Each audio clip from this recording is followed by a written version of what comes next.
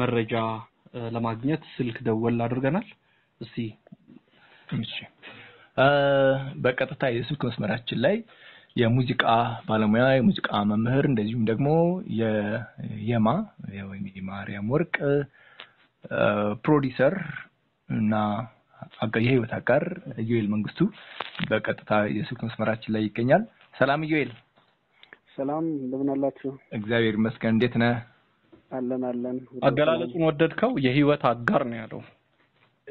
በጣም ወድጃለሁ። አዎ በጣም ስሟ ብቻ የማርያም ወርቅ ሳይሆን የማርያም ቸርነት ይቅርታ ነው እንጂ በጣም ቆንጆ አገላለጽ ነው። የህይወት አጋርነት ነው። እሺ ባለፈው ለነገሩ እና እንደው ፈልገንህ ነበር ግን አልተሳካልንም እንጂ ከዚህ ከውጪ ከተመለሳችሁ በኋላ እሱን በተመለከተ ዶክመንታሪውን እዚህ አየር ላይ አንዳንድ ነገር ብለንበታል። የሚገርም ነገር ሰርታችሁ ነው የመጣችሁትና ትንሽ ነገር ብለህ ወደ ጉዳያችን እናልፋለን እና እኔ አንድ ነገር ራሱ ብትል ደስ ይለኛል። ወይም ደግሞ ለምሳሌ አዲስ አልበም የመስራት ተፈራርማን የመጣችሁ?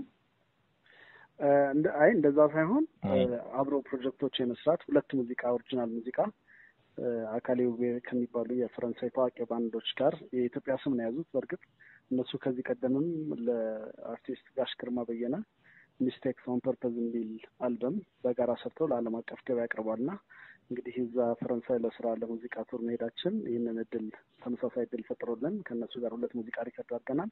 በቀጣይም እንግዲህ ተመሳሳይ አይነቶች ወደ አልበምም የመሄድ ፕላኖች አሉ። ለጊዜው ግን ሁለት ሙዚቃ ሪከርድ ተደርጎ በቅርቡ እንግዲህ እናደርስ ይሆናል። በሰባ መድረኮች ላይ አብዛኛው የውጭ ዜጋ ነው ወይስ ኢትዮጵያኖችም ነበሩበት?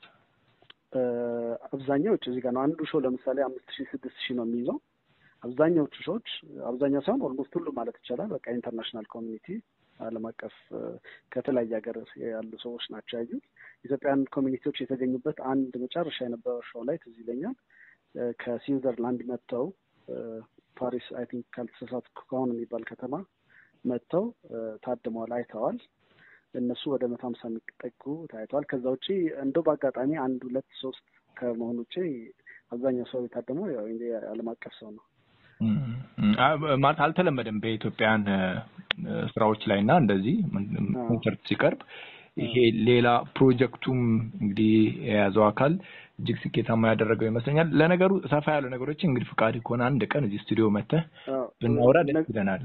እናወራለን። ግን ስለ ነገሩ ትንሽ ክሊርም ለማድረግ ምንድነው ጉዳዩ የኢትዮጵያ ፐርፎርሚንግ አርት ወይም የኢትዮጵያ ክውን ጥበባቶች በጋራ የቀረቡበት ነው። ሙዚቃ ብቻ ሳይሆን ሰርከስ፣ ዳንስ ልክ ህዝብ ለህዝብ እንደነበረው አይነት እንደዛ አይነት የቀረበ ነው። የማንግዲ በዛ ላይ የራሷን ስራዎች አቅርባለች። በተጨማሪም ደግሞ ፈረንሳዊ ክርስቲያን ክራቬሮ የሚባል በጣም ታዋቂው ሙዚቀኛ የጻፋቸውን ሙዚቃዎች በእንግሊዝኛ እነሱን ተጫውታለች። ከራሷ አልበም ላይ ሾንጊቴን፣ የደጋሰውን፣ ራያን የሚሉትን በተለይ ተጫውታለች እና የኢትዮጵያ አርት በሚለው እንድንወስደው ነው። አጠቃላይ ኢትዮጵያ ፐርፎርሚንግ አርት ነው የቀረበበት። እንዴት ነው ግን አሁን በዓለም አቀፍ ደረጃ ሙዚቃ በደንብ ተሰምቶ ነበር በአውሮፓም ማለት ነው።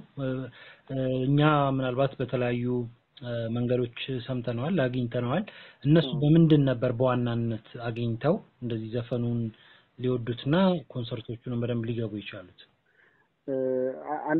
አንደኛው ጉልበት የሆነው አንድ ብቻ አርት አይደለም። ለምሳሌ ሙዚቃ ብቻ ቢሆን በጣም ያናችን ለማድረግ አስቸጋሪ ነው፣ ወይም ዳንስ ብቻ ቢሆን በጣም አስቸጋሪ ነው። ግን የኢትዮጵያ አርት ተብሎ በሙሉ አርቲስቶች ከኢትዮጵያ ነው ሄደውና ሙዚቃውን ነው እንግዲህ የማያቀረበችው ከራሷ ባንድ ጋር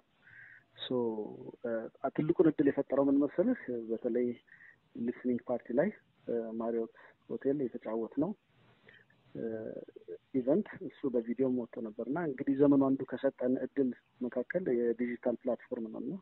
እሱ የትኛው አሁን እናንተ የምናወራው ዩቲዩብ ላይ የሆነ ሶሻል ፕላትፎርም ላይ ከተለጠፈ ዓለም ድረስ የመሄድ ቻንስ አለው እና እሱ አንድ ትልቅ አድርጓል። ግን የዚህ ሾው ዳይሬክተር ደግሞ አጠቃላይ ሁሉንም አርት ዳይሬክት ያደረገው ኢትዮጵያዊ በጣም ሰው እንኳን ብዙም ላያውቀው ይችላል። ግን እሱ በጣም በዓለም ላይ በጣም ዝነኛ የሆነ ትላልቅ የኮምፒቲሽኖች ላይ ዳኛ የሆነ ብዙ ስራ የሰራ እሱም አጋጣሚ ይህን ስራ ስላየው የኔነህ ተስፋ ይባላል።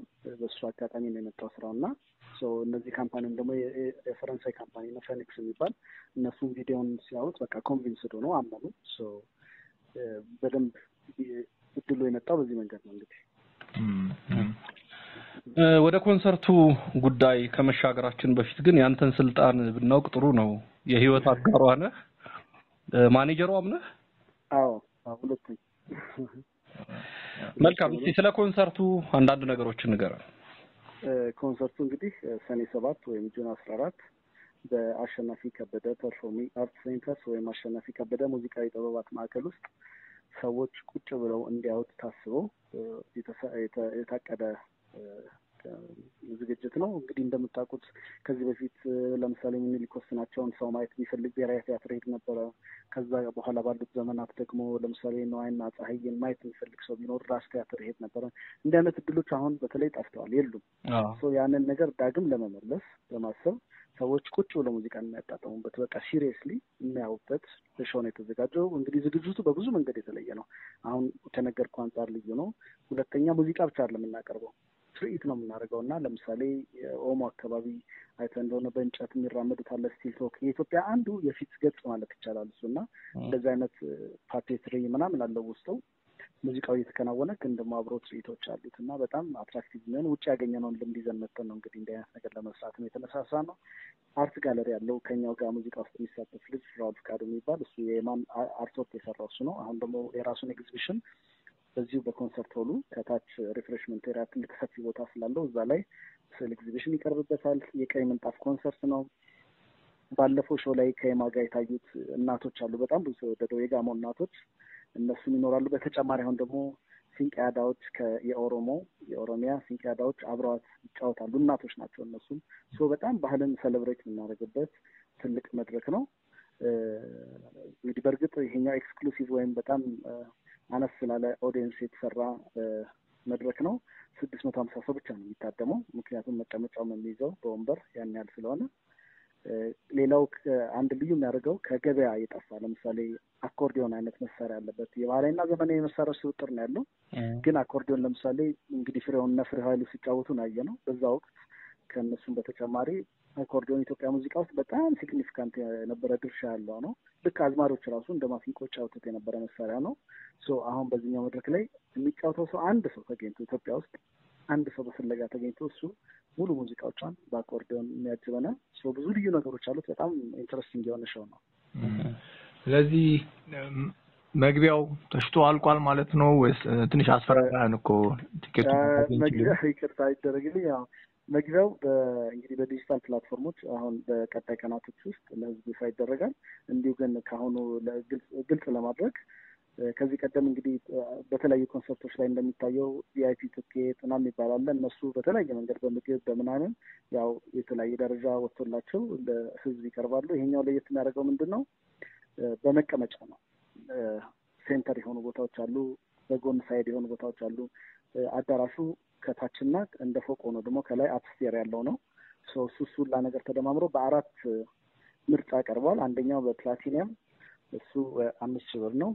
በሁለተኛው በጎልድ 3,000 ብር ነው። ቀጥሎ በብሮንዝ ቀርቧል።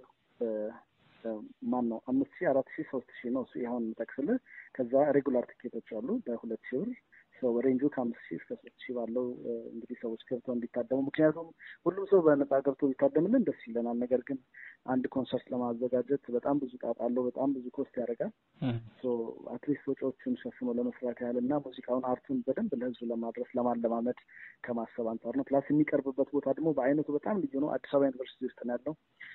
ለሳውንድ ብቻ አሁን እዚህ ጋር መጥቀስ አልፈልግም፣ ግን እጅግ በጣም ብዙ ኢንቨስት ተደርጎበት ቁጥሩ በነገር ሊያስደነግጥ ይችላል። በጣም በጥንቃቄ ከማይክሮፎኖች አንጻር፣ ከስፒከሮች፣ ከዲጂታል ሚክስ የተገነባ ኮንሰርት ሆል ነው እና ወደፊት የኢትዮጵያ ሙዚቃ ኢንዱስትሪ ውስጥ ተጽዕኖ የሚፈጥር ኮንሰርት ሆል ውስጥ ነው እንግዲህ ስራችን የምናቀርበው።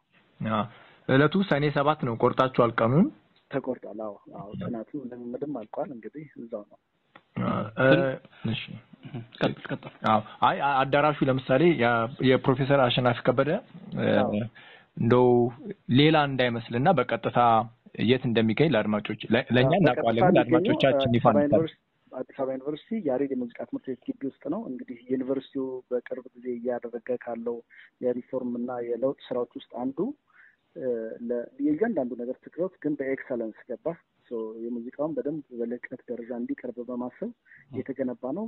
ግቢውን ከማሳደስ እስከመታደስ ጀምሮ ግቢው ሲገባ በጣም ኤሌጋንት ሆኗል። የያሬድ ሙዚቃ ትምህርት ቤት በአሁኑ ሰዓት ጋርደኑ፣ ፓርኪንጉ፣ ሁሉ ነገር እና አዳራሹ ደግሞ እጅግ በጣም ኢትዮጵያ ውስጥ በአዲስ አበባ አይደለም ኢትዮጵያ ውስጥ በዚህ ልክ የተሰራ አዳራሽ የሙዚቃ አዳራሽ የለም። ምናልባት እንግዲህ ያው ብዙ ጊዜ እንደለመድነው አፍሪካ ውስጥ እንላለን እሱ እንኳን ባይሆን ምናልባት ኢስት አፍሪካ ውስጥ በዚህ ደረጃ ካለ በተለይ በሳውንድ ደረጃ እኔ መረጃ የለኝም፣ ግን በጣም በጣም ድንቅ አዳራሽ ነው። ሰዎች መጥተው ኤክስፒሪየንስ ያደርጉት የሚመሰክሩት ይሆናል። መልካም እንግዲህ የተሳካ እንዲሆንላችሁ እጅግ ከልብ አድርገን እንመኛለን። ግን በጣም እያየሁኝ በርካታ አድማጮች ጥቂት አለ ወይ ብለዋል፣ ግን አይመስለኝም። እንትንም ያሉ አድማጮች አሉ። ምን ያሉ ንገረኝ። ጣራው ስር እንደው 1000 ብር ይኖራል። ቦታውን ጣራ ስር አድርጋችሁልን ጥሩ ጨዋታ ነው። እንደምንም እንግዲህ ምን ችሎ እናደርጋለን። እያየን ደግሞ እስኪ እንዴት እንደሚሆን በቀጣይ ቀናት እንግዲህ እንወያያለን ከእናንተ ጋር። የተወሰነ ትኬት ወይ ኦፈር እናደርጋለን ቀኑ ሲደርስ ድጋሚ ተመልሰን መጣን። ታንኪዩ። በሰፊው ደግሞ በሌሎች አጋጣሚዎች በሌላ መድረክ ላይ አብዛኛው ማህበረሰብ አብዛኛውን አድናቂዋንም ጭምር ለማግኘትም እንደሱ አይነቱም ታስባላችሁ ብዬ ተስፋ አደርጋለሁ። እናስባለን። በመጀመሪያ እንደውም እንደዚህ አይነት ነበር ያሰብነው በተለያዩ ምክንያቶች አስቸጋሪ ሁኔታዎች ስለገጠሙን ነው። ግን ይሄኛም ደግሞ ትልቅ ኤክስፒሪየንስ እና ትልቅ እንደውም አጋጣሚ በጣም ጥሩ መንገድ ሆኖ ያገኘነው ስለሆነ ነው ይሄን የመረጥነው። መምጣታችን አይቀርም፣ ቀጣይ ሾዎች ይኖሩናል በብዛት። መጀመሩ ራሱ ትልቅ ነገር ነው። እኛም ደጋግመን ሰዎች ቁጭ ብለው የሚመለከቱት ኮንሰርት መቼ ነው ኢትዮጵያ ውስጥ የሚቀርበው እያልን በተደጋጋሚ እናነሳ ነበር እና መጀመሩ በራሱ ትልቅ ነገር ነው። በጣም እናመሰግናለን። እሺ እኔም አመሰግናለሁ እንግዲህ ስላደረጋችሁኝ ከልብ አመሰግናለሁ። ታንኪዩ። እናመሰግናለን። አድማጮቻችን በቀጥታ የስልክ መስመራችን ላይ የነበረው ኢዮኤል መንግስቱ ነበረ። እናመሰግናለን።